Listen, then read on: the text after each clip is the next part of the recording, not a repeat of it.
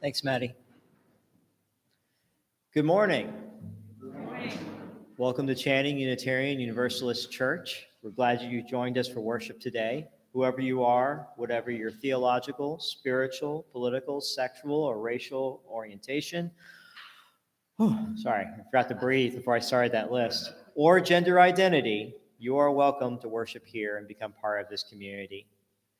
And I'd especially like to welcome you all today to New Member Sunday. So we're going to be welcoming some new members to sign our membership book and become an even more integral part of this community. And we'll also, during that time, welcome anyone who would like to reaffirm or recommit their membership. You can also sign the book as well. Are there any announcements this morning?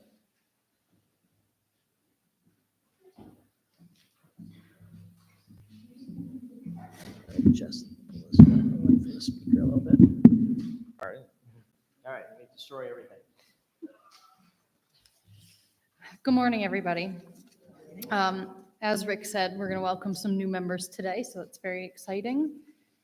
That's like my favorite part of the year is when we get to do that. 4 announcements. First of all, this past Thursday, I want to thank everybody who came out to our potluck, and especially for those who stayed and cleaned up since Rick and I had to bail and get the kids to bed. It was a fun little event, and we're going to do another one in a couple of weeks. But first, on Saturday, March 9th, we are having our first spring coffee house. If anybody would like to volunteer or donate some baked goods, please let me know. We're always looking for extra bodies to help with setup and cleanup and running the event.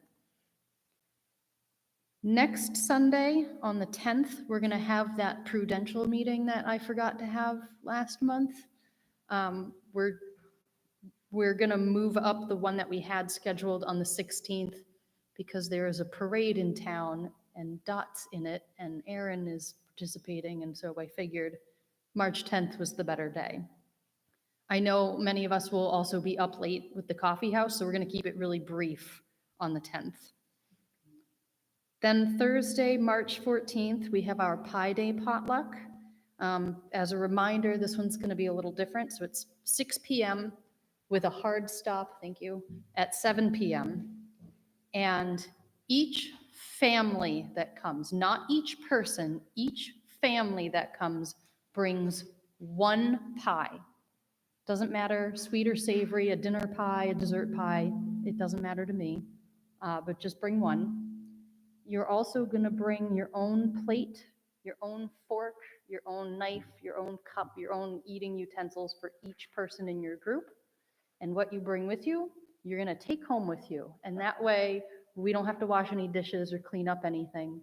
Part of the reason is because at 7 p.m., Mike and Sandy are having their intuitive meditation, so we don't want to be cleaning up while they're trying to meditate. That said, anybody who comes to the potluck, you're welcome to stay for the meditation. I think that's all I have for today. Thank you. All right. Are there any other announcements? Debbie? The Chinese dinner and raffles coming up on the 23rd, Saturday, 6 o'clock. The sign-up sheet on the table over there. And we are accepting any donations for raffle items. If you have any questions on what to bring or if you have anything, you can email them or go on fulfill during coffee hour. And there's also a card to sign for Carol. Okay. Any other announcements? All right, then I will welcome to the pulpit our affiliated minister and our friend, Dr. Reverend Judy Campbell. Thank you. And for the third time this morning, good morning, everybody.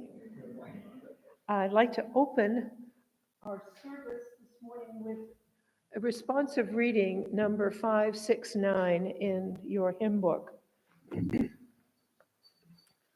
We are honoring the life, legacy, religion, passion, and universalism of Olympia Brown.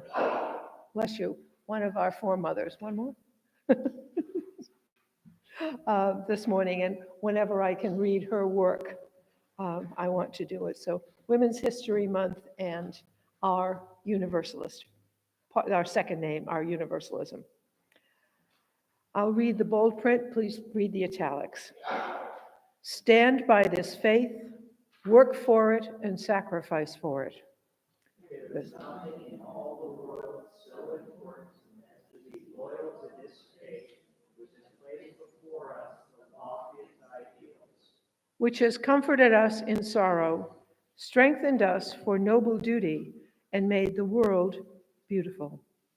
Do not demand immediate results, but rejoice that we are worthy to be entrusted with this great message. That you are strong enough to work for a great true principle without counting the cost. Go on finding ever new applications of these truths and new enjoyments in their contemplation, always trusting in the one God which ever lives and loves. And I'm going to read that section back to you again and talk just a teeny bit about it. Go on finding ever new applications of these truths and new enjoyments in their contemplation.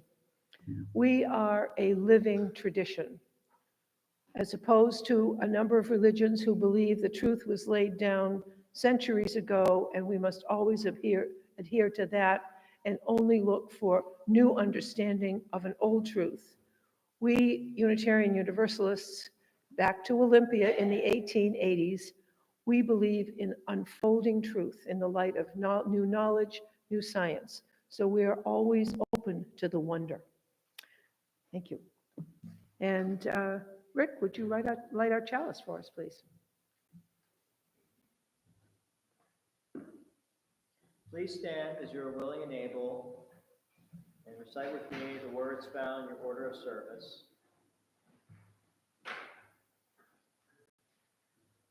Kindling this flame of our liberal heritage in our chalice of community, let us open to the presence of the sacred. And now the affirmation. Love is the doctrine of this church. The quest of truth is its sacrament, and service is its prayer. To Dwell together in peace, to seek knowledge and freedom, to serve humanity in fellowship, to the end that all souls shall grow into harmony with the divine. Thus do we covenant with each other and with God. And our opening hymn this morning is hymn number 313, Oh, what a piece of work are we.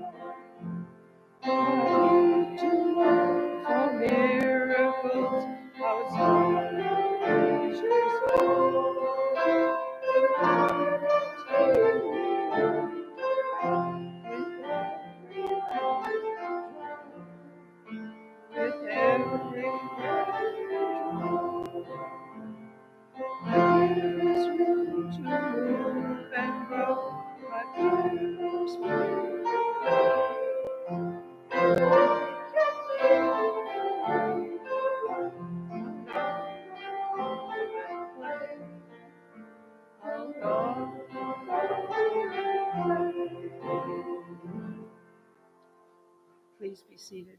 You did very well for a hymn most of you are not familiar with. And how many of you know the name Malvina Reynolds? Well, she hung out with Peter Seeger and all of the folks who were protesting the war and fighting for labor and all kinds of stuff that we believe in. She was quite a wonderful woman, and I'm very happy to see one of her hymns in our book. And with that, we open our hearts and ourselves to the time of our joys and concerns, where we share those mile markers and events in our lives that shape them and give them meaning. And so much more so when we trust our beloved community with those joys and concerns. Would like to come forward with a joy or stand up with a joy and concern? Anybody? Greg.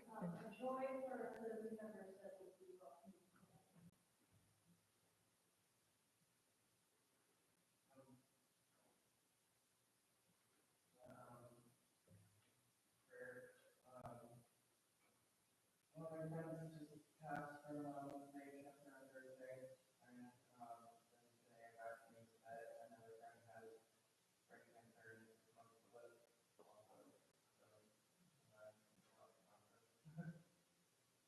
So sorry.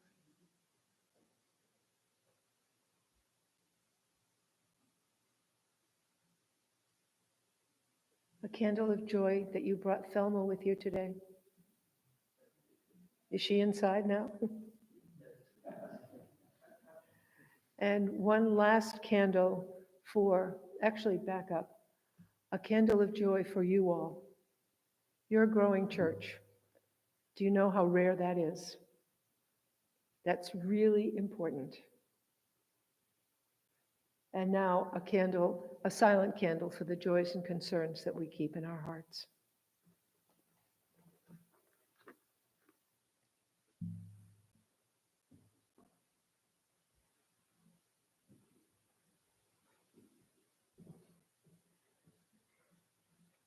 May we join together in silence for a few moments to hold in our hearts those joys and concerns that have been shared with us. We carry each other's care and each other's joy as a community.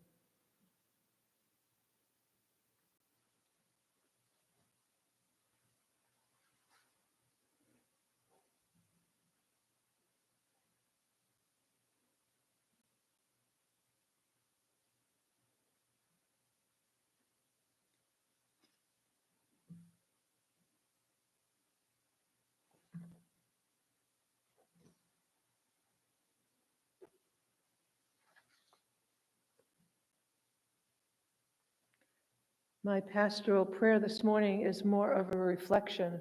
I'm going to read from a book about Olympia Brown by Charlotte Cote. Olympia was very small. She never weighed more than 90 pounds. Something to think about. And she was a mover and a shaker. Olympia Brown, a tiny 82-year-old protester, clutched her sign tighter in her hands as the wind blew a fresh blast of icy air down the street. It was a cold, raw day in early March of 1917. Clouds hung heavy over the scene, and rain threatened to fall at any moment, not unlike today. Her heart beat with fear and anger. She was afraid that the police would not come in time to prevent a serious injury. She was angry that men could be so violent against women. When she saw a police car drive up, she felt a brief moment of relief. Several officers got out of the car and ran up to the scene of the struggle.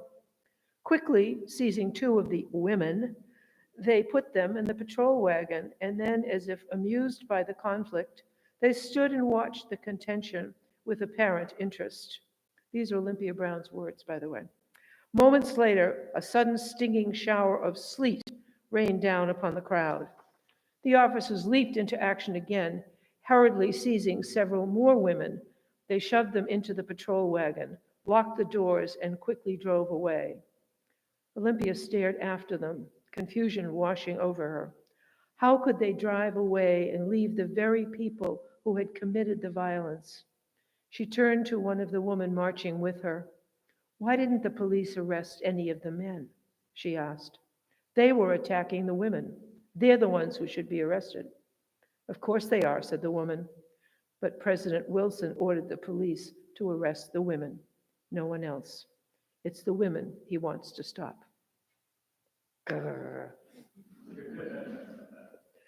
Just saying. Spirit of Life.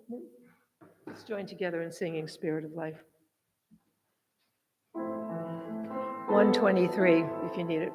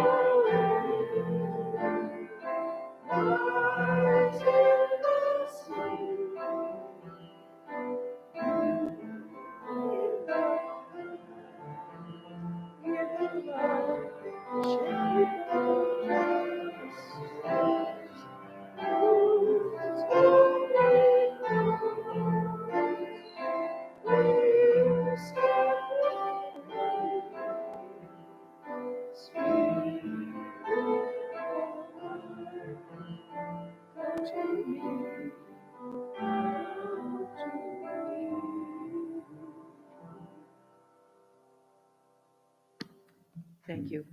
Thank you. When we give money to the work for the work of this church, we are furthering the cause of our faith, of our work, and of justice, not only in Rockland, but in the whole world.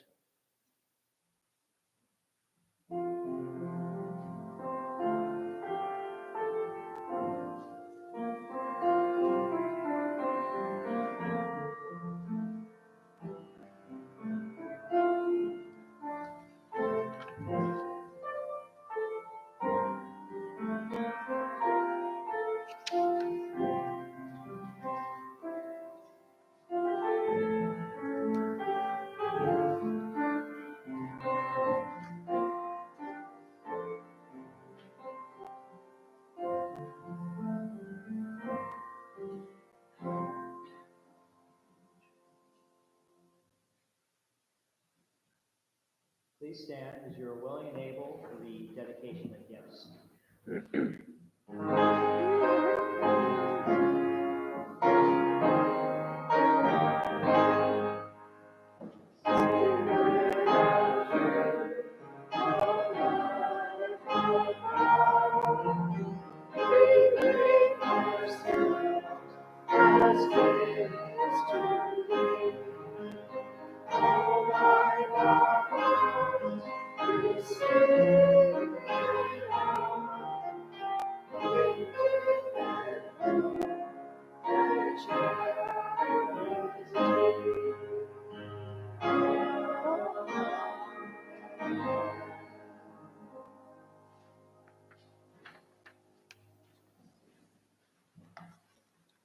Our sermon is, or our message today is some readings by other folks about Olympia Brown, and then some commentary by me, from me, about Olympia Brown, who is my heroine, by the way. Lauren, will you read the first reading?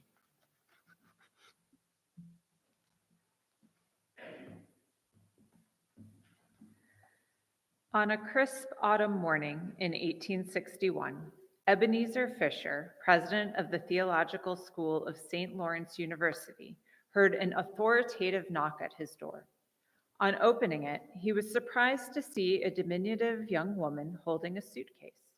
She was Olympia Brown, 1835 to 1926, and would be the first woman in the United States to be ordained by fully denominational authority. The fact is, every other theological school she applied to rejected her. Only Fisher offered her admission, adding this caveat, "I do not think women are called to the ministry, but I leave that between you and the great head of the church." And that is exactly where Brown thought it should be left. The president was confused, telling her that he thought he had written her a pointedly discouraging letter. Well, she told him, according to her autobiography, your discouragement was my encouragement. Brown not only graduated from Divinity School, she convinced the Northern Universalist Association to ordain her at its meeting in Malone, New York on June 25, 1863. One of Brown's major challenges at Divinity School and after was petite stature and her high, thin, squeaky voice. She couldn't make herself taller, but she could work on her delivery. In 1864, 1 year after her ordination, she enrolled at the D.O. Lewis School of Speech, where the school's founder developed a series of exercises to help build her lung capacity. Brown did the exercises throughout her life and became a powerful public speaker. Neighbors in Racine, Wisconsin, where she was minister of what is now the Olympia Brown UU Church, often heard her in her garden reciting sermons and speeches to the flowers.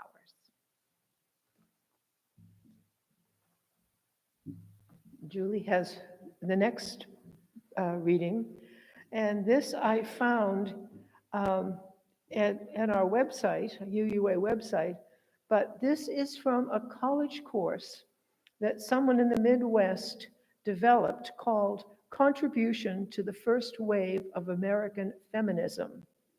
This is a site project of the course on the history in the United States of the University of Washington in Tacoma, led by Professor Margaret Greasy.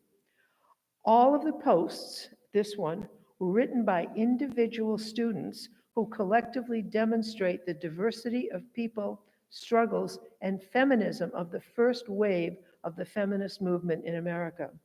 This is an ongoing project, as each class will continue to add to the group of individuals who worked for the rights of people during the time of the first wave, and will include discussion of the many themes that were salient during that period of time. And the first wave of feminism was that move to see women educate after the Civil War, that women got the vote and that women had a right to education, which is what Olympia's two passions beside universalism and ministry. So this is written by a student. Although Reverend Brown was best known for pioneering as a woman in the male-dominated religious space, she also made amazing contributions for the cause of women's suffrage during the first wave of feminism. With the support of her husband, John Willis, and the request of suffragists such as Susan B. Anthony and Elizabeth Cady Stanton for aid in the movement, Brown left her full-time work in order to become a full-time suffragist at the age of 53. Her husband became an owner of the Racine Times newspaper, which he used to support the efforts of the suffragists. In the summer of 1867, she campaigned through Kansas, which was a state torn by the divides of race and gender in the years leading to the ratification of the 15th Amendment.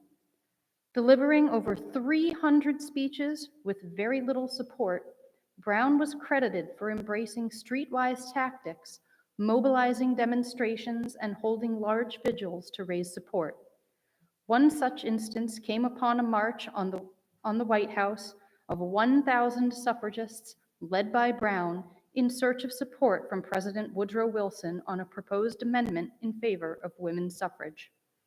Remember, she weighed 90 pounds.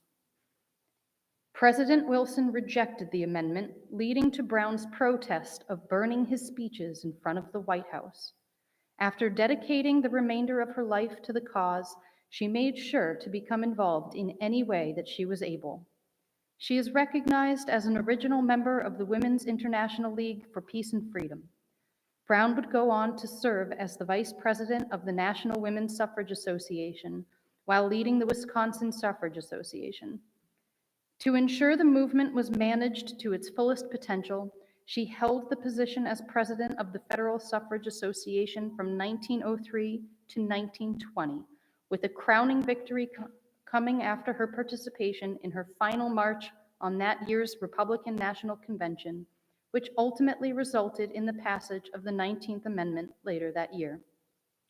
She is quoted as saying, The grandest thing has been the lifting up of the gates and the opening of the doors to the women of America, giving liberty to 27 million women, thus opening to them a new and larger life and a higher deal. Thank you. She was some lady.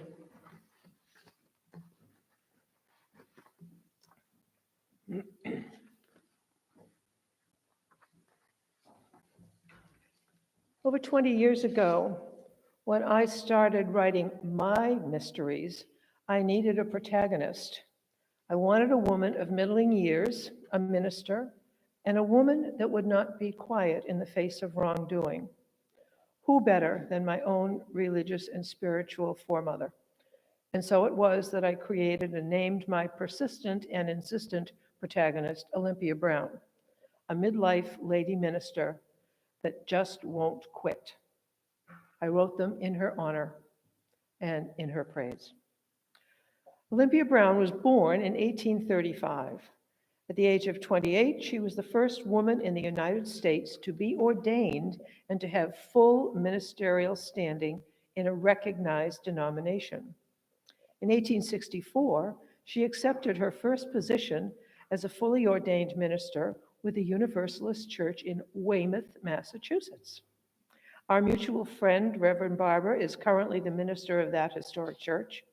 And I have to tell you that when I preach there, I am both honored and humbled to stand where she once stood. I want to be like a cat and kind of rub up against the pulpit. Olympia remained in parish ministry until the age of 53, when she left full-time ministry to devote the rest of her life to women's right to be educated and to vote, and eventually to work for world peace. It would appear that we need her message and her energy more than ever before. Olympia Brown's parents were pioneers in Michigan at the time of her birth.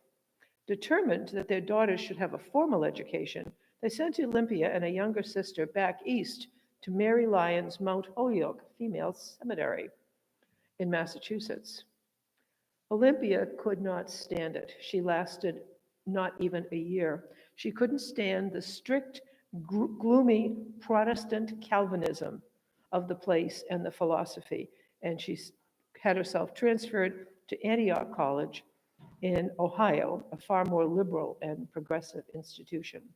Antioch is still alive, well, and a wonderful progressive liberal institution today.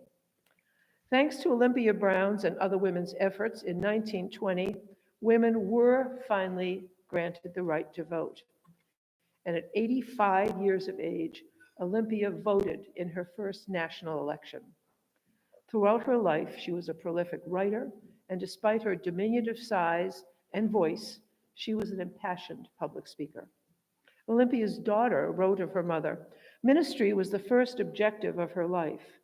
In her youthful enthusiasm, she believed that freedom of religious thought and a liberal church would supply the groundwork for all other freedoms."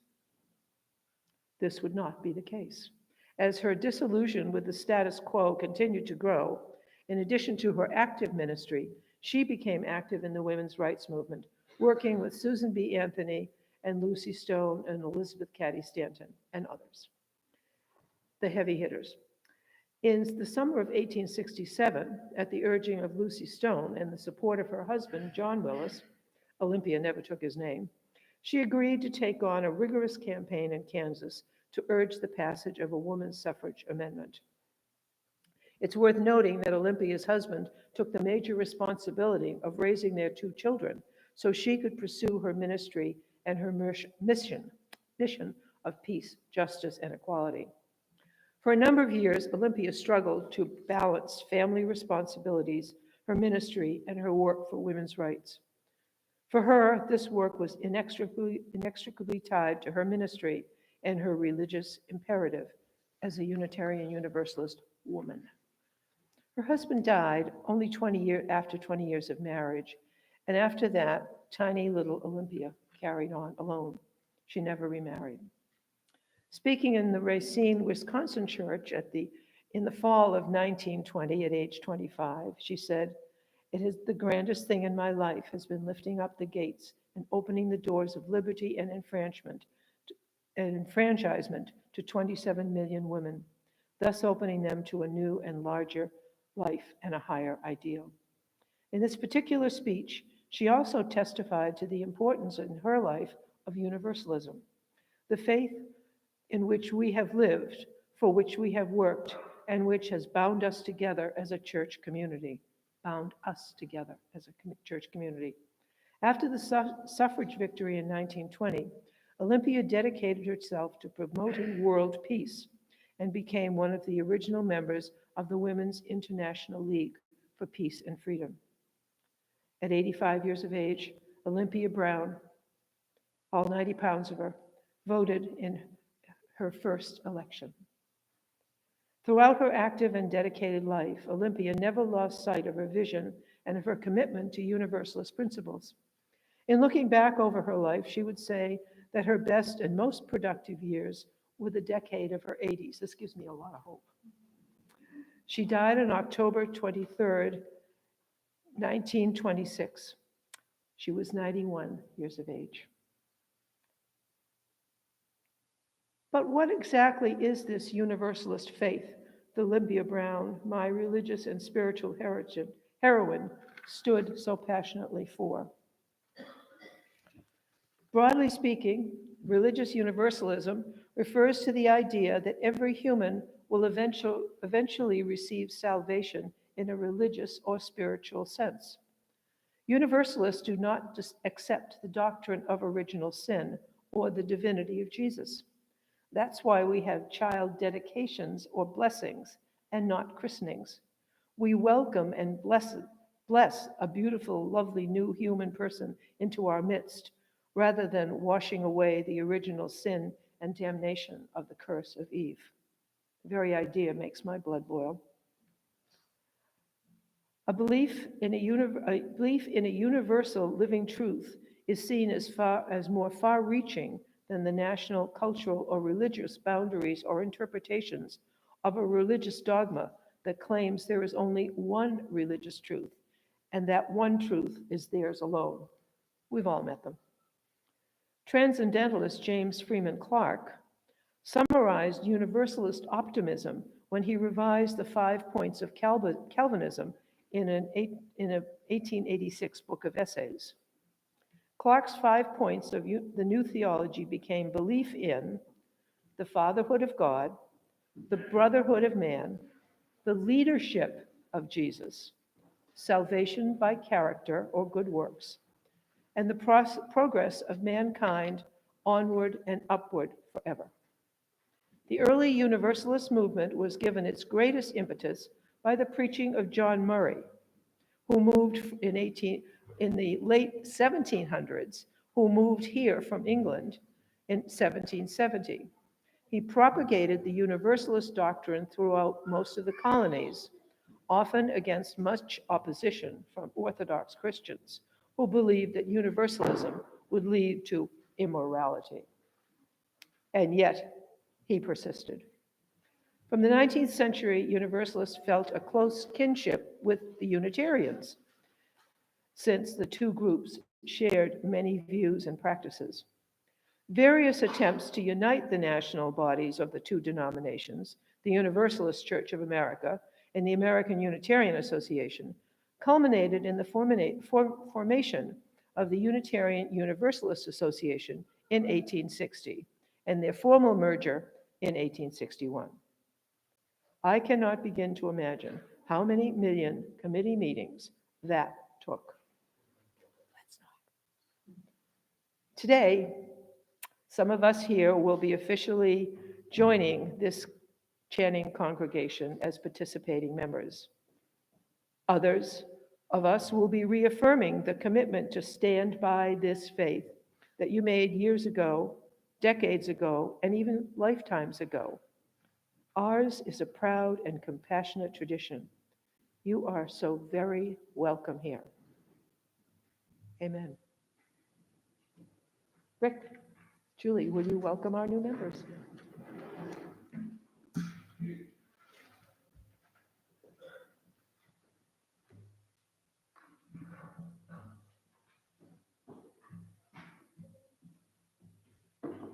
guess I'll do this since Rick's got a toddler on him. Okay, first, our folks that will be signing today, we have a book. You can see it is very, very old. I've marked the date in here, so when I call your name, all you do is come up and you sign your name, and that's it. And then you're a member. Easy peasy. Get a hug from Jim. Huh. Oh, yes, and if you want, I will hug you. Or I'll high five you or fist bump you or whatever you choose. I'm sorry, what? A dragnet nod, yes. Okay, we'll start with Greg.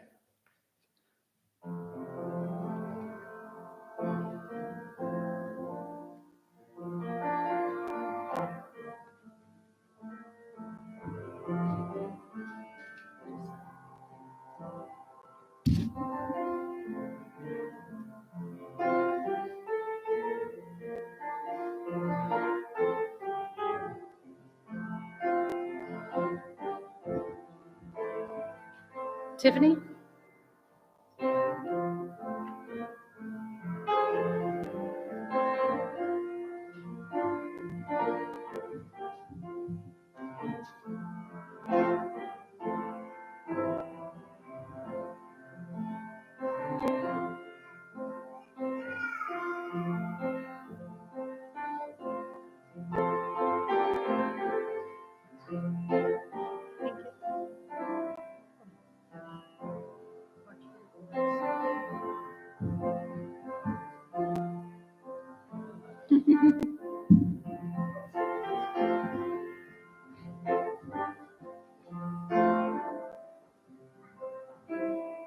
And Pete?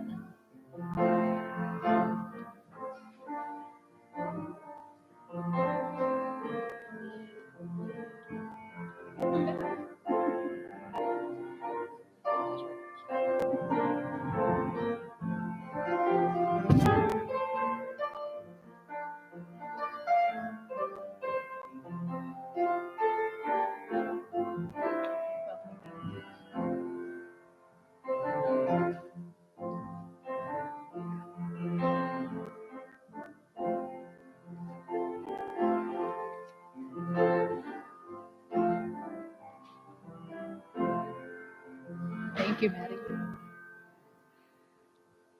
That's everybody who reached out in advance. I don't know if there's anybody else here that wants to sign who didn't let me know before, which is totally fine.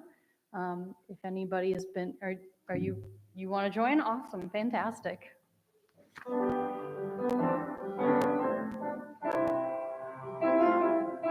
Sign right above.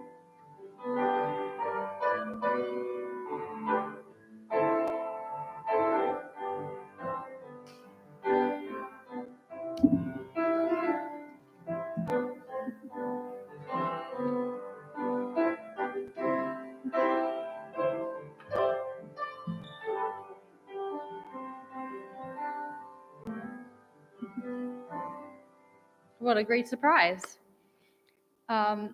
If any of the existing memberships wants to reaffirm, you're welcome to come up. You don't have to. It does not affect your membership in any way, but you're welcome to do it. I imagine there are no takers. Okay. Judy, we have a page somewhere. Actually, what I'll just do, because you're on here from before, you just want to mark it. Beside it? Yep, right beside it. That would be Get the whole name? or you could just initial or however you want to denote your reaffirmations. Thank you very much. Thank you, everybody.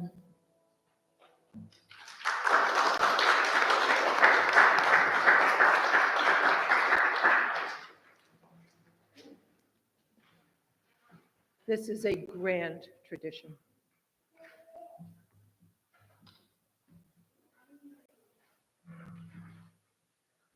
And there are theologians that would argue that this goes way back to well before the 1800s. Some theologians would say that universalism goes back as far as the 4th century and perhaps before, because the doctrine of the Trinity was decided upon by a committee. And they decided that this shall be the dogma, that God is three. And several people who didn't make the cut said, no, no, no, no, no, God is one. So there, great divide happened way back when. So we're not newcomers on the block by a long shot, and we have so much to do yet. That's the other thing. This is not we're not an easy faith, because in signing that book, we really commit, as Olympia said, to stand by this faith, live by it. Our closing hymn this morning, please stand as you are willing and able, is number 300, With Heart and Mind.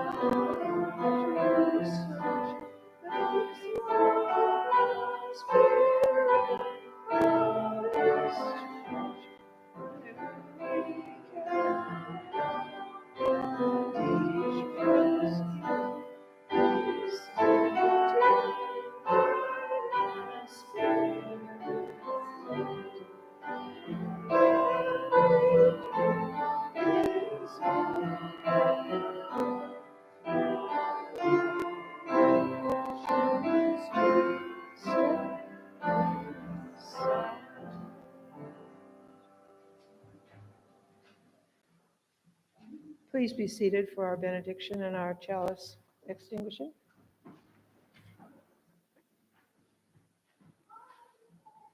I'm going to close today with another reading by Olympia Brown.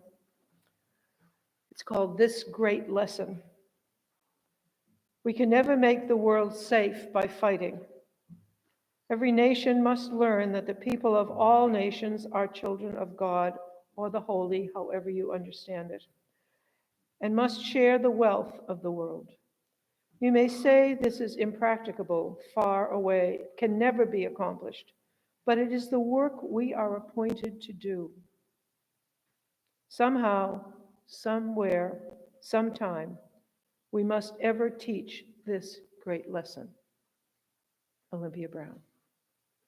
Would you extinguish our chalice, please?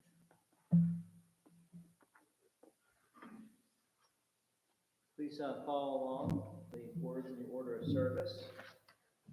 We extinguish this flame, but not the light of truth, or the warmth of community, or the fire of commitment. These we carry in our hearts until we are together again. Stay in peace and welcome our new members as you embrace one another.